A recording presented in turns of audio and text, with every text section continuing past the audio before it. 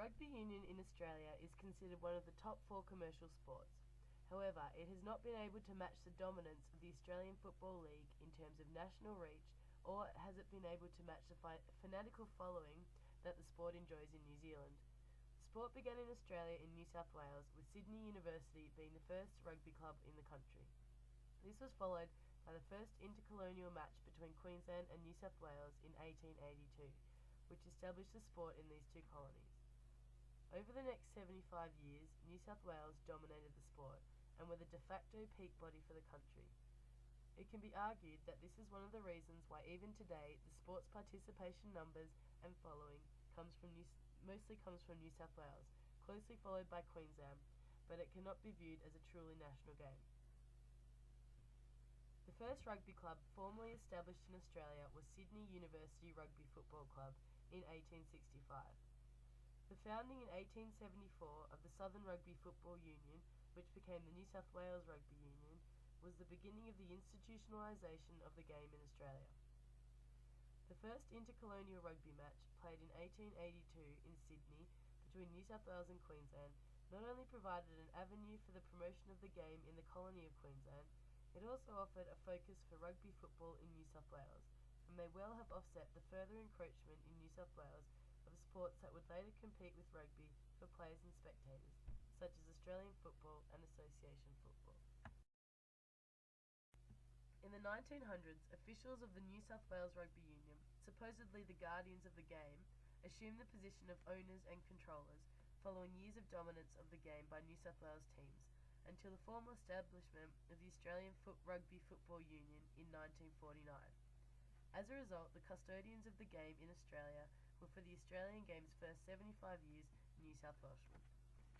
It can then be claimed that this discouraged the expansion of the game throughout the country up until this time, as New South Wales were in control of the sport at a national level, but their primary focus was the success of their team against others in Australia. The establishment of the ARFU was an outcome of the struggles and rivalries between the New South Wales Rugby Union and all other states' rugby unions, particularly Queensland's. However, much of the momentum came directly from the International Rugby Football Board as global controllers of the game. In 1949, Australia, New Zealand and South Africa became full members of the International Rugby Football Board. This recognition of the Allied ex-colonial territories was expedient and necessary, as collectively they had already become very powerful and internationally successful rugby-playing nations. Despite this, the period from 1950 to 1980 still saw the control based in Sydney. New South Wales were dominating on and off the field as it had during the previous 50 years. The negative effects of this domination and control were demonstrated in 1962 when New South Wales refused to play Queensland on the grounds that the northern state players were just not competitive enough. The previous season, they had lost heavily to New South Wales in Brisbane and in Sydney. Even more embarrassingly, Queensland had been defeated by the rugby union minnow state of Victoria. Even with an increase in loyalty, intensity and parochialism of rugby union in Queensland, its state team could not match the power of New South Wales until the late 1970s. Sydney remained the rugby union capital of Australia. Conversely, in the case of New Zealand, it was the sending and receiving of national teams that provoked the establishment of a truly national governing body, the New Zealand Rugby Football Union, in 1892, 57 years before Australia. Once formed, the New Zealand national body quickly sought to subordinate provincial unions, control local competitions, and punish any infringement of rugby's original amateur principles.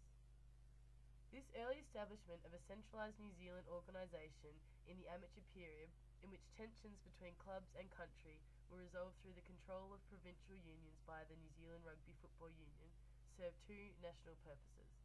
One, the development of popular and strong competitions that could produce competitive national teams, and two, protection against professionalism, which at that time was seen as vital to the success of the sport. Gallagher and Steed stated that clubs are not organised promiscuously in New Zealand as they are in Britain. The union decides what clubs there shall be, and supervises their management. In doing so, it particularly desires to ensure the thoroughness and effectiveness of the working of each club, the equality of all of them so far as conditions and opportunities are concerned, the maintenance of strict amateurism throughout, the prevention of one club being completely overshadowed by another by reason of superior financial resources, or by any social or other non-financial inducement that it might offer to players to belong to it, and too easily facilitates for changing clubs. The success of this, at the time in the sport, groundbreaking system of organisational efficiency highlights that centralised power and local subordination characterised the New Zealand rugby governance model, and that the sport benefited greatly from this management system. The New Zealand Rugby Football Union also established the grading of players into first, second and third graded club competitions. They restricted players to only the competition grade to which he was classed. The Provincial Union Committee decided any promotion of players, and a player could not play in the grade from which he was promoted. This ensured that the lower grades were as competitive and scarcely inferior in point of interest to those of the grade above. This again ensured that there was continued competitive competitions at all levels of the sport, which ultimately led to the success and eventual dominance of the sport in New Zealand. In 2011, rugby union is unquestionably a national obsession in New Zealand, which puts it in quite a different situation to that of rugby in Australia. Australian rules football, on the other hand, is widely regarded as a truly national sport in Australia, and is in direct competition with rugby union, particularly as the Australian Football League expands further into the traditional rugby territories of Sydney and Queensland, with the inclusion of the Gold Coast Suns and Greater Western Sydney teams into the national competition. Since the mid-1960s, the AFL has undergone a wholesale process of economic restructuring. This process commenced with the commercial downturn of the former VFL, which ultimately was a catalyst to the formation of the National Competition League in the 1990s. In 1990, the expanded VFL was renamed the Australian Football League, or AFL, and currently spans 5 states, comprising 17 clubs, with an 18th to enter the competition in 2012, which are overseen by a central administrative body. The sport moved to one national body much later than rugby union did. However, strong competitions had already been established in each state, so when a national body was developed, there was still enough strength in the local competitions that there was no individual dominance from one area. In 1982, the league first moved to expand its geographic broadcasting coverage by allowing the South Melbourne Football Club to play games in Sydney. The South Melbourne Football Club was eventually relocated to Sydney, where it became known as the Sydney Swans. This expansion policy was extended in 1987 with the inclusion of the Brisbane Bears from Brisbane and the West Coast Eagles from Perth, making up a 14-team league competition. In 1991, the competition was enlarged to 15 teams with the introduction of the Adelaide Crows.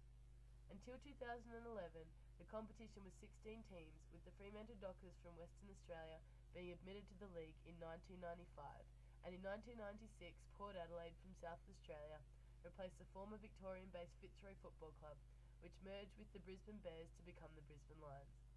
The current framework for the league is 9 teams from Melbourne, with Geelong comprising number 10 from the state of Victoria, 2 from both Perth and Adelaide, and as of 2012, 2 each from Queensland and Sydney. This rapid expansion of teams in the national competition has also contributed to the success of the AFL at a national level, particularly in the era of globalisation. Rugby has been expanding as part of the Super Rugby competition. However, it has not expanded at the rate or in the number of locations as the AFL has, which is why it cannot be recognised as a national sport. Regardless of what football code or sport, broadcasting has emerged to be the singularly most important revenue source to most professional sporting leagues and events in Australia and around the world. The major direct revenue source for the ARU comes from the allocation of funds from the television broadcasting rights. The difference between the AFL and the ARU, however, is that the AFL is a national sporting competition who has complete control over the sport and the broadcasting rights. The ARU, however, participate in the Super Rugby competition through SANZAAR, which is South Africa, New Zealand and Australian rugby, and therefore do not have complete control over the broadcasting rights, or even over the competition, as it is an international clubs competition between the 3 countries. SANZAAR control the broadcasting rights, which means that the matches are broadcast on pay TV rather than Freeview in Australia. This limits the game's accessibility, particularly in comparison to the AFL, whose matches are on Freeview every weekend of the season. Rugby union has had a strong history in the states of New South Wales and Queensland. However, from errors made in this history, the sport has not been able to develop into a national pastime. If rugby union is to continue to develop in Australia and be able to appropriately handle threats from other sporting codes, it needs to address the shortfallings of the past.